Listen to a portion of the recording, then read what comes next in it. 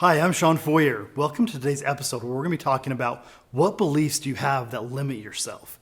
And I can tell you, after working for over a decade with hundreds of individuals and business owners, a lot of times we look to the outside for what's blocking us when in reality it's inside of us. And today we're going to lock some of that for you.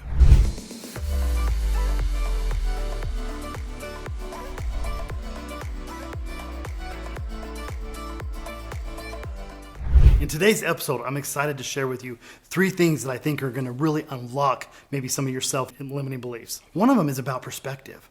Sometimes we get stuck inside the jar, and if you think about it, from outside the jar, the label looks a little bit different. I'm going to talk about that a little bit today. Then we're also going to talk about this idea of being logical. How many times have you been told to be logical, to stay logical?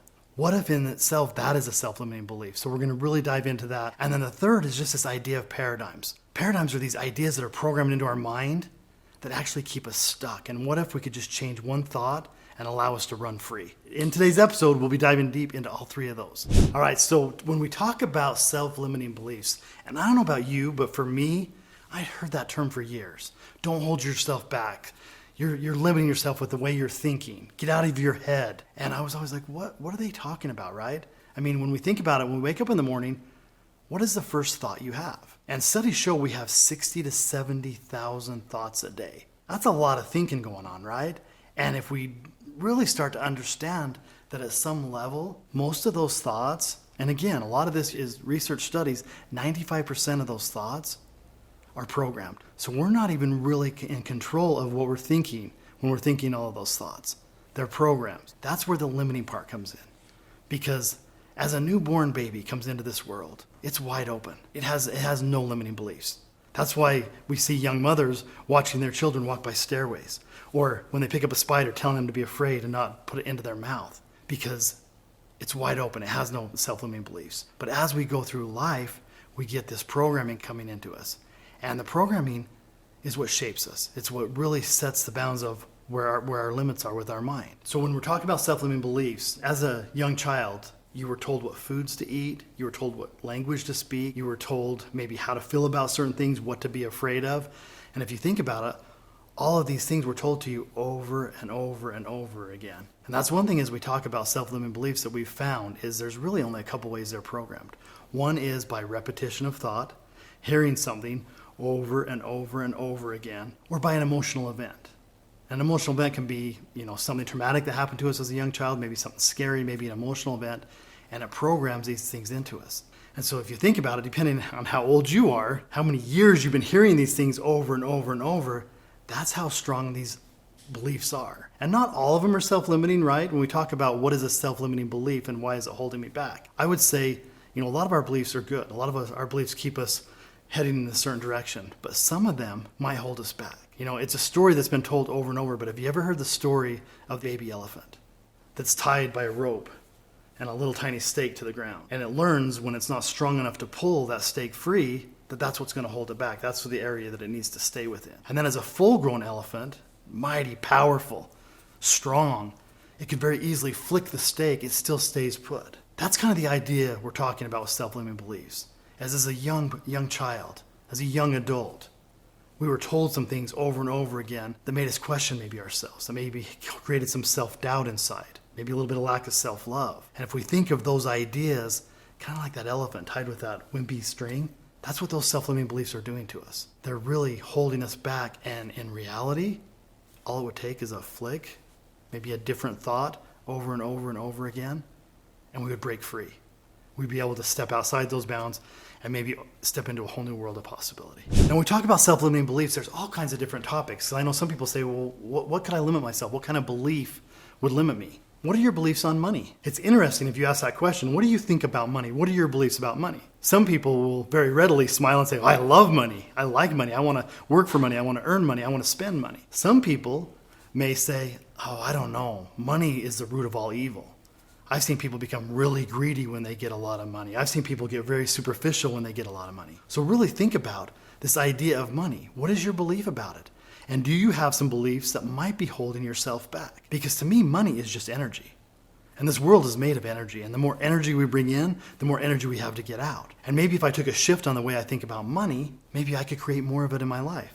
I call it abundance. It's not just money. It flows into other areas of our life. Some of us were taught that we have to work really, really hard to get money, right? That's a program that's programmed into us. You have to work hard. If you don't work hard, you're not ever going to get any money. Yet I don't know about you, but sometimes I see people that aren't working really hard. They're working really smart.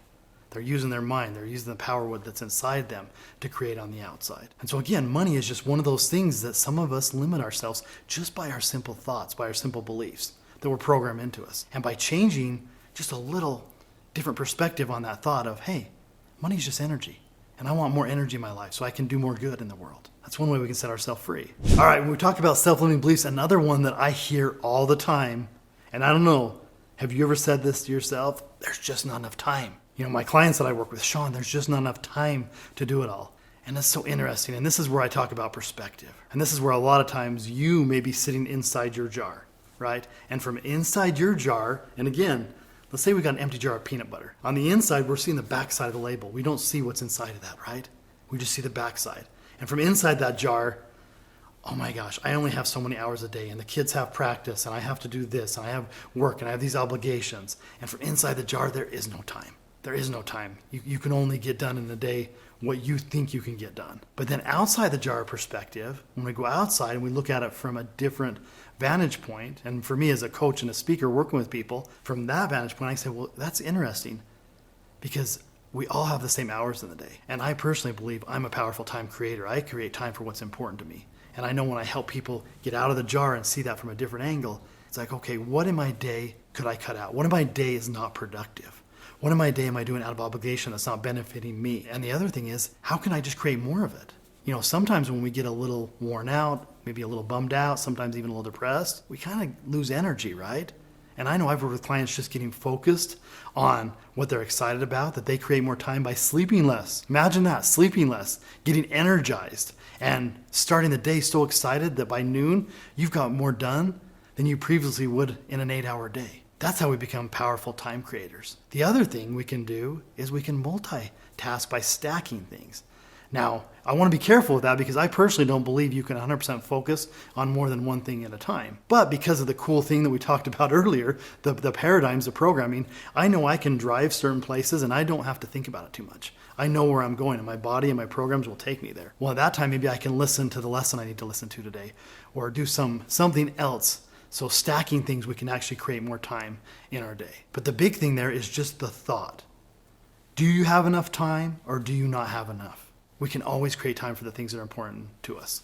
Another interesting topic when we're thinking about self-limiting beliefs and the things that hold us back is the idea of being logical, of being practical. And again, we go to programming, how are we programmed? I know as a young student in elementary school, I was a dreamer. I was all over the place.